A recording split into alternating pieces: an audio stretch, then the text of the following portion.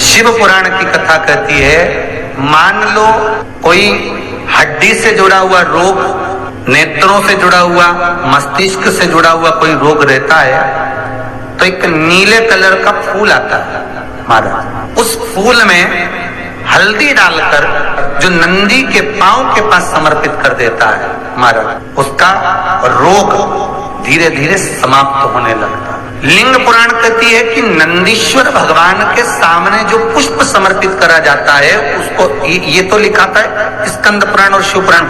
लिंग पुराण कहती है जो फूल आपने समर्पित करा उसको लाकर पानी की बाल्टी में डालकर आप स्नान भी कर सकते हो, उससे भी हड्डी के जितने रोग होते हैं उसमें आराम लगने लगता है। जैसे कहीं शरीर नहीं चल रहा, हाथ झुन्न पड़ रहा है, हाथ काम नहीं कर रहा, हाथ में झुनझुनी आ रही है, कंपन आ रहा है, उसमें भी ये प्रयोग काम।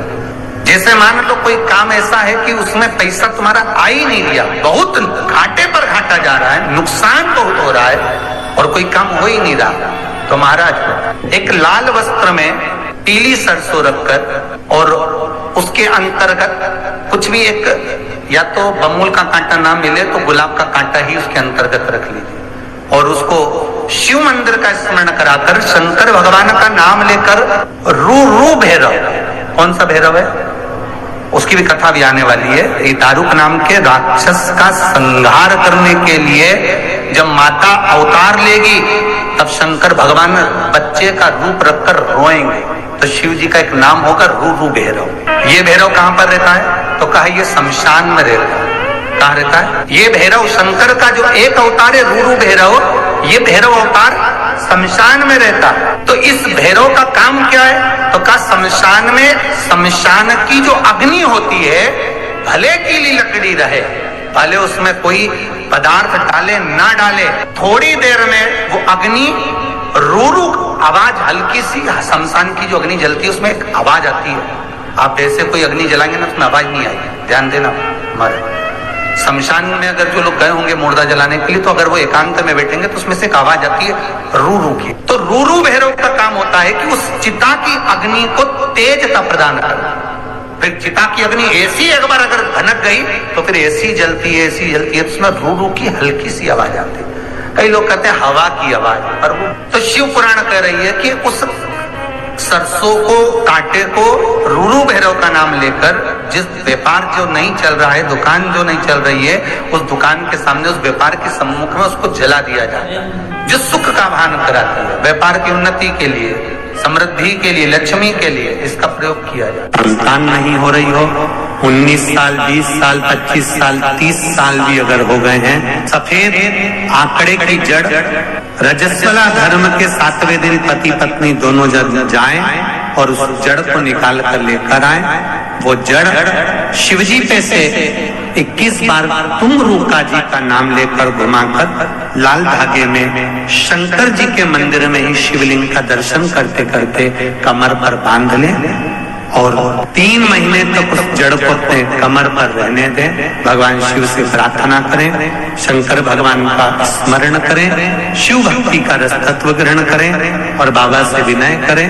बाबा चाहेगा तो अवश्य 3 माह के अंतर्गत गर्भ अवश्य ठहरेगा, पर विश्वास हो तो करो, मानो तो गंगा माहू, ना मानो तो बहता। इसमें 3 मृदाओं का वर्णन है, 3 जगह की मिट्टी काया के रोग को ठीक कर देती है। अगर किसी व्यक्ति को चर्म रोग हो गया, कुष्ठ रोग हो गया, चमड़ी सफेद पड़ गई, रोग समाप्त नहीं हो रहा, बढ़ते जा रहा है, औषधियां आपने बहुत कर ली, तो 3 जगह की मिट्टी आपको फल प्रदान करे। पहला सूर्य कुंड की मिट्टी, स्कंद पुराण। सूर्य कुंड कहां पर है, तो कहा दतिया और झांसी के बीच में सूर्य कुंड निवास करता है। उस सूर्य कुंड की मिट्टी को लाकर जिस व्यक्ति को कुष्ठ रोग हो गया हो, शरीर की चमड़ी सफेद पड़ गई हो, स्कंद पुराण कहती है सूर्य कुंड की मृदा लगा लेने से 5 से 7 दिन में रोग समाप्त होने लगता है महाराज। पर सूर्य को सर्वाधिक प्रियता क्या, सर्वाधिक प्रियता सूर्य को क्या, क्योंकि सूर्य तपता तपता है तो उस तपन को मिटाने के लिए सूर्य देवता के शरीर पर गाय का घृत मला जाता है। जैसे शनि को पूजन पाठ स्मरण जाप मंत्र भले तुम्हारा 10 मिनट और 20 मिनट का रहे, पर निवेदन है विश्वास तुम्हारा 24 घंटे का होना चाहिए।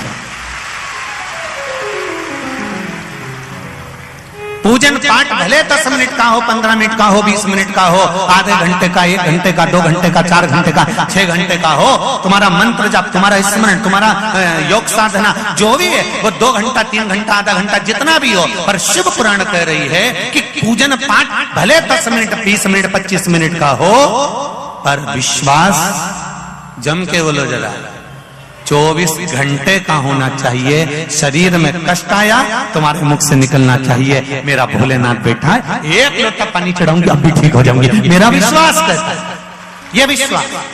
घर में थोड़ी सी तकलीफ आई, अभी जाऊं मैं 1 लोटा पानी लेके, तो रुक जा छोड़ा, मैं अब भी आई। एग्जाम आया तो परीक्षा की पढ़ाई की तैयारी कर, मैं अब भी आई। ने पशुपति व्रत करने के लिए ये विश्वास तुम्हारे भीतर 24 घंटा रहना चाहिए। रात्रि को सो रहे हो तो विश्वास के साथ सो रहे हो, सुबह उठ रहे हो तो विश्वास के साथ उठ रहे हो, कर्म कर रहे हो तो विश्वास के साथ कर रहे हो, जो कुछ कर रहे हो तुम्हारा विश्वास तुम्हारे साथ में 24 घंटे रहना चाहिए। 24 घंटे।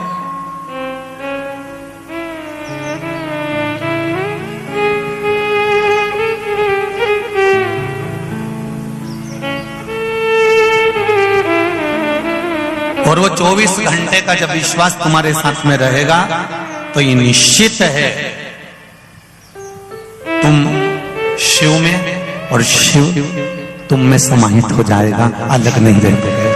विश्वास है तो परमात्मा है, मानो तो गंगा माँ, ना मानो तो बहता पानी। नर्मदा जी बाजू में बहे, नर्मदा जी तुम्हारे पास में बहे, दुनिया के लोग दूर दूर से डुबकी लगाने आए और भीकन गांव का व्यक्ति सोचे हावरे रेंदे ठंड का समय, कौन मकर संक्रांति पे जाए, इतनी तेज ठंड पड़ी रही है, कौन जाएगा नहाने के लिए। कई लोग मकर संक्रांति पे ठंड इतनी तेज पड़ती है नहीं जाते नहाने।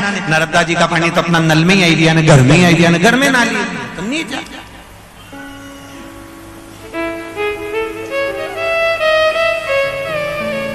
और कोई गया बहुत दूर से आया, नर्मदे हर नर्मदे हर नर्मदे हर नर्मदे हर कहते कहते कहते कहते माई नर्मदा हर माई नर्मदा हर माई नर्मदा हर बोलते बोलते माई नर्मदा के पास गया, डुबकी लगाई। उसका विश्वास था माई नर्मदा के ऊपर और माई नर्मदा पर विश्वास था, इसलिए विश्वास का फल मिलता जरूर है। यहाँ जितने भी भक्त लोग कथा श्रवण करने के लिए बैठे हैं और जितने भी लोग आस्था चैनल पर और फेसबुक यूट्यूब पर कथा सुन रहे हैं, हरिहर शिव महापुराण की कथा कार्तिक के महीने की श्रवण कर रहे हो, ये हमारा विश्वास कहता है कि तुम खाली तो नहीं रहोगे, शिव देकर जरूर भेजेगा। ये निश्चित, खाली नहीं रह सकते उसकी कृपा।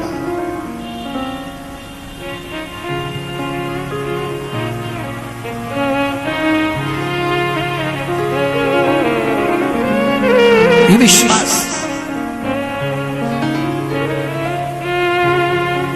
शायद इसीलिए है ना